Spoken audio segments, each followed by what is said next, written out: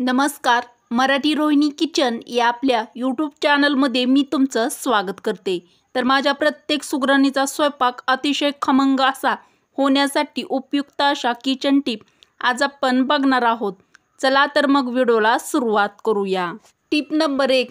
गावरान चवीची चमचमीत व झणझणीत चवीची एक भाकरीऐवजी तुम्ही 2 भाकरी नक्कीच खाणार अशी भरलेली वांगी टिफिनसाठी बनवत असाल तर भरलेली वांगी करताना मसाला भरताना त्यामध्ये ताजी कुटलेलं आलं लसूणची पेस्ट घालावी. तसेच सुकलेलं खोबरं, शेंगदाण्याचा कूट आणि तिळाचं कूट. तर तीळ हे नेहमी भाजूनच त्याचा कूट करावा. हे तिन्ही एकत्रित करून त्यामध्ये घालावे. यामुळे वांग्याच्या भाजीला खूप छान अशी भन्नाट चव येते. अतिशय खास टिप नंबर 2. मुलांचा शाळेचा डब्बा असो किंवा ऑफिसचा टिफिन असो, याला आपण देण्यासाठी झणझणीत मटकीची भाजी बनवत असतो. तर ही भाजी बनवत असाल तर मटकी सर्वप्रथम कढईत टाकून छान हलकीशी भाजून घ्या व नंतर मटकी शिजवताना पाणी न घालता नुसत्या वाफेवरच मटकी शिजवून घ्या. मटकी शिजवताना गॅसची फ्लेम ही नेहमी मंद ठेवा, म्हणजे मंद आचेवर मटकीची भाजी शिजवा. यामुळे मटकी खाली करपणार नाही किंवा लागणार नाही. तर अशा पद्धतीने जर तुम्ही मटकीची भाजी बनवली तर मटकीची भाजी खूपच जास्त चवदार लागते व चवीला एक नंबर अशी लागते. तर झणझणीत मटकीची भाजी बनवत असाल तर ही टीप तुम्ही ट्राय करू शकता. प्रत्येक सुगरणीच्या व गृहिणीने लक्षात ठेवण्यासारखी अत्यंत खास टीप नंबर 3. फ्रीजमध्ये आपण वेगवेगळे पदार्थ, पालेभाज्या, भाज्या ठेवत असतो. तर कधीकधी फ्रीजमध्ये खूपच दाटी होते, म्हणजेच गर्दी होते व वस्तू ठेवण्यासाठी जागा अजिबात शिल्लक राहत नाही. अशा वेळी फ्रीजमध्ये शक्यतो गोलाकार व चपटे डबे वापरावे. यामुळे फ्रीजमध्ये कमी जागेत जास्त डबे मावतात व फ्रीजमध्ये जागा देखील शिल्लक राहते. तर तुम्ही पण तुमच्या फ्रीजसाठी ही टीप फॉलो करा. अत्यंत महत्त्वाची टीप नंबर 4. वाढत्या महागाईत महिन्याचा खर्च कसा भागवायचा याचं प्रत्येक गृहिणीला टेन्शन असतंच व यातून पैशाची बचत कशी करावी हा पण एक प्रश्न असतो. तर यासाठी आपण ही खास टीप वापरू शकतो. तर ती म्हणजे आपण दररोज वेगवेगळ्या भाज्या बनवत असतो. त्यासाठी बाजारातून भाजीपाला विकत आणत असतो.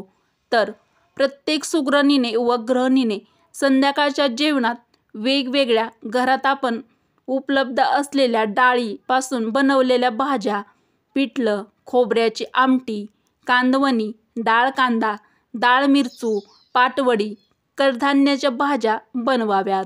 यामुळे थोडाफार तरी पालेभाज्यांचा खर्च वाचतो आणि वेगळ्या चवीचं खाण्यास देखील होतं. तर वाचलेल्या पैशातून आपण बचत पण करू शकतो. तर थोडाफार का होईना पालेभाज्याचा खर्च वाचल्यामुळे आपली थोडीफार का होईना बचत नक्कीच होणार आहे. टीप नंबर 4.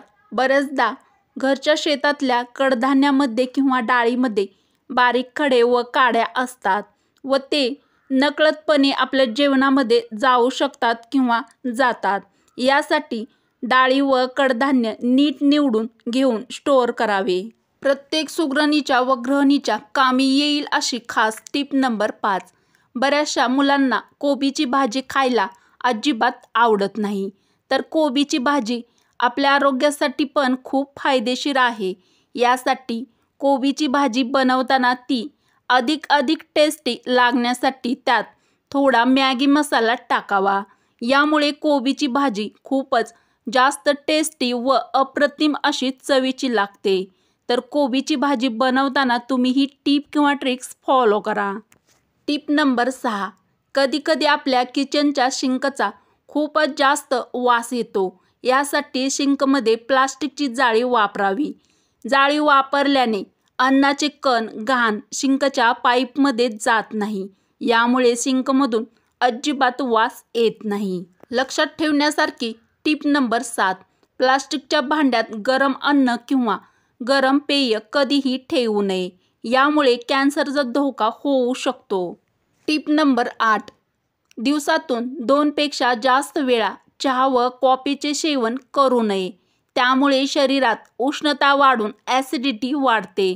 तर तुम्ही पण तुमच्या जीवनामध्ये ही टीप फॉलो करा. टीप नंबर 9. जर तुम्ही नवीनच स्वयंपाक बनवत असाल तर, म्हणजेच जर तुम्ही नवशिक्या आहात व पहिल्यांदाच साबुदाणा खिचडी बनवत असाल तर, साबुदाणा खिचडी बनवताना त्यामध्ये शेंगदाण्याचा कूट जास्त बारीक घालू नका. थोडासा जाडसर कूट त्यामध्ये घालावा. यामुळे साबुदाणा खिचडी अजिबात चिकट होत नाही, तसेच खायला पण जास्त टेस्टी लागते. तर साबुदाणा खिचडी बनवताना ती अजिबात चिकट होऊ नये यासाठी तुम्ही ही टीप किंवा ट्रिक्स फॉलो करा. टीप नंबर 10. आठवड्यातून 2 वेळा केसांना कोरफड लावल्याने केस गळती कमी होऊ लागते. तसेच केस सिल्की व शाईन दिसू लागतात. प्रत्येक गृहिणींसाठी अत्यंत महत्त्वाची टीप नंबर 11. उपीट बनवताना ते खमंग व टेस्टी होण्यासाठी पाण्याला उकळी आल्यावर त्यामध्ये थोडे आले व 3 ते 4 पाकळ्या लसूण आणि पाव चमचा जिरे बारीक कुटून त्यामध्ये टाकावे. तसेच टोमॅटो बारीक करून त्यामध्ये घालावा. यामुळे उपीटाची चव खूपच जास्त अप्रतिम लागते. टीप नंबर 12. जर तुमच्या चेहऱ्यावरील रंग जास्तच पिवळा पडला असेल तर तुम्हाला रक्ताची कमतरता आहे. टीप नंबर 13. नेहमी भात कमी खावा. यामुळे दमा अजिबात होणार नाही. टीप नंबर 14. पांढऱ्या कपड्यावर हलकीशी नीळ मारल्याने कपडे अगदी नव्यासारखे दिसतात. तर पांढरे कपडे धुताना तुम्ही ही टीप फॉलो करा. अत्यंत खास टीप नंबर 15. जेवण करून लगेच झोपी गेल्यास कान लवकर बधीर होतात.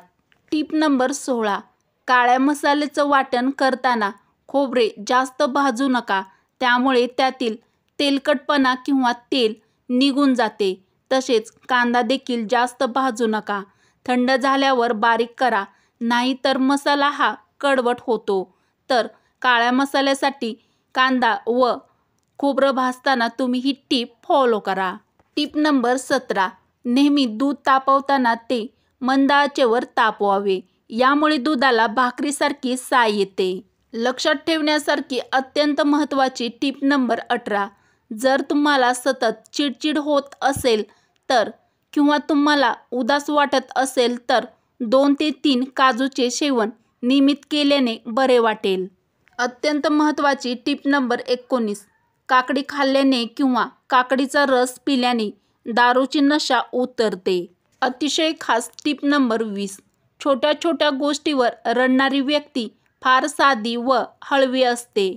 वरील उपयुक्त व खास टीप जर तुम्हाला आवडल्या असतील तर मराठी रोहिणी किचन या आपल्या मराठमोळ्या चॅनलला सबस्क्राईब करा, लाईक करा व असेच नवनवीन व छान छान व्हिडिओ तुमच्या मित्रमैत्रिणीला शेअर करायला अजिबात विसरू नका. चला तर मग भेटू अशाच पुढच्या एखाद्या छानशा व्हिडिओमध्ये. व्हिडिओ पूर्ण बघितल्याबद्दल धन्यवाद.